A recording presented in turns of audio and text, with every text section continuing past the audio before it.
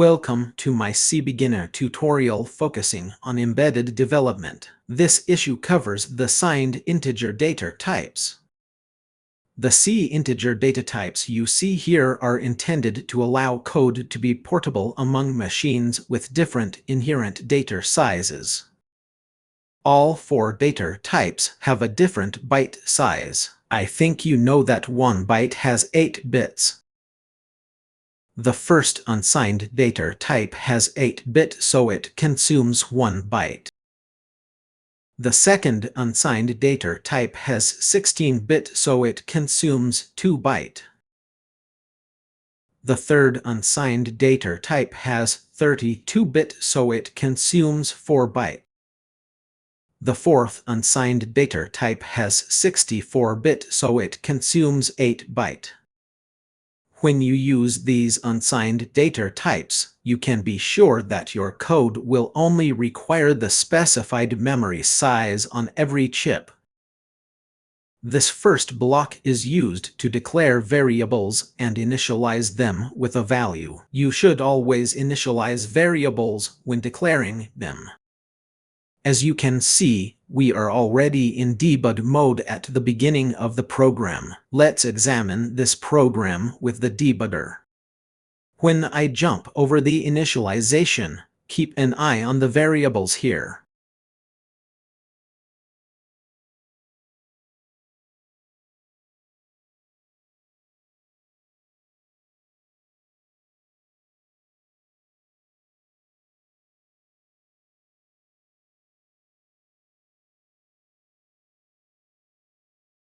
Now all variables have been initialized with 0.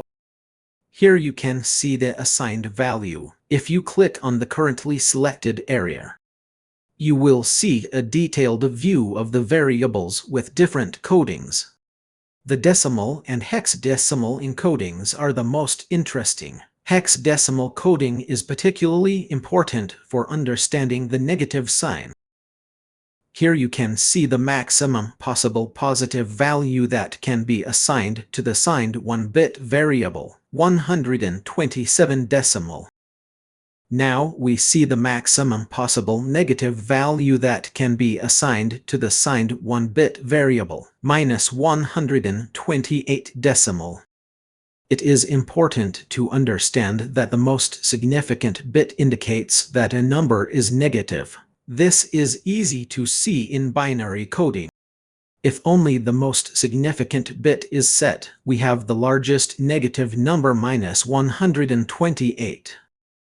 If we now jump to the next line, the lowest bit is set in addition to the highest bit. The number is therefore approaching 0. We always count from the largest negative number towards 0. Now all bits are set. The most significant bit, which indicates that the number is negative, and all the others. This number represents the decimal minus 1. To illustrate the counting method again, the lowest bit is set to 0 here. This results in the decimal value minus 2. Here you can see the maximum possible positive value that can be assigned to the signed 2-bit variable, 32,767 decimal. Now we see the maximum possible negative value that can be assigned to the signed 2-bit variable, minus 32,768 decimal. Now all bits are set. The most significant bit, which indicates that the number is negative, and all the others. This number represents the decimal minus 1. To illustrate the counting method again, the lowest bit is set to 0 here. This results in the decimal value minus 2. Here you can see the maximum possible positive value that can be assigned to the signed 4-bit variable. Now we see the maximum possible negative value that can be assigned to the signed 4-bit variable.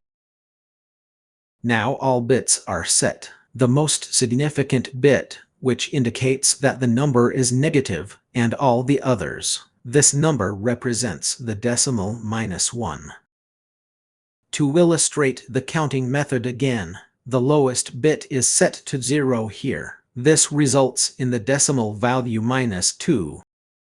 Here you can see the maximum possible positive value that can be assigned to the signed 8-bit variable. Now we see the maximum possible negative value that can be assigned to the signed 8-bit variable. Now all bits are set. The most significant bit, which indicates that the number is negative, and all the others. This number represents the decimal -1. To illustrate the counting method again, the lowest bit is set to 0 here. This results in the decimal value -2. The last block is only there to suppress compile warnings. Otherwise, the compiler will complain that nothing is being done with the variables. It would be possible to suppress this, but you should not do so. Since this program doesn't really make sense, I have to do this here. Below the video in the video description, you will find links to the source code, the Eclipse development environment I use here, and also to further C tutorials. If you liked the video, please support me by giving it a thumbs up. Thank you for watching. Have a nice day.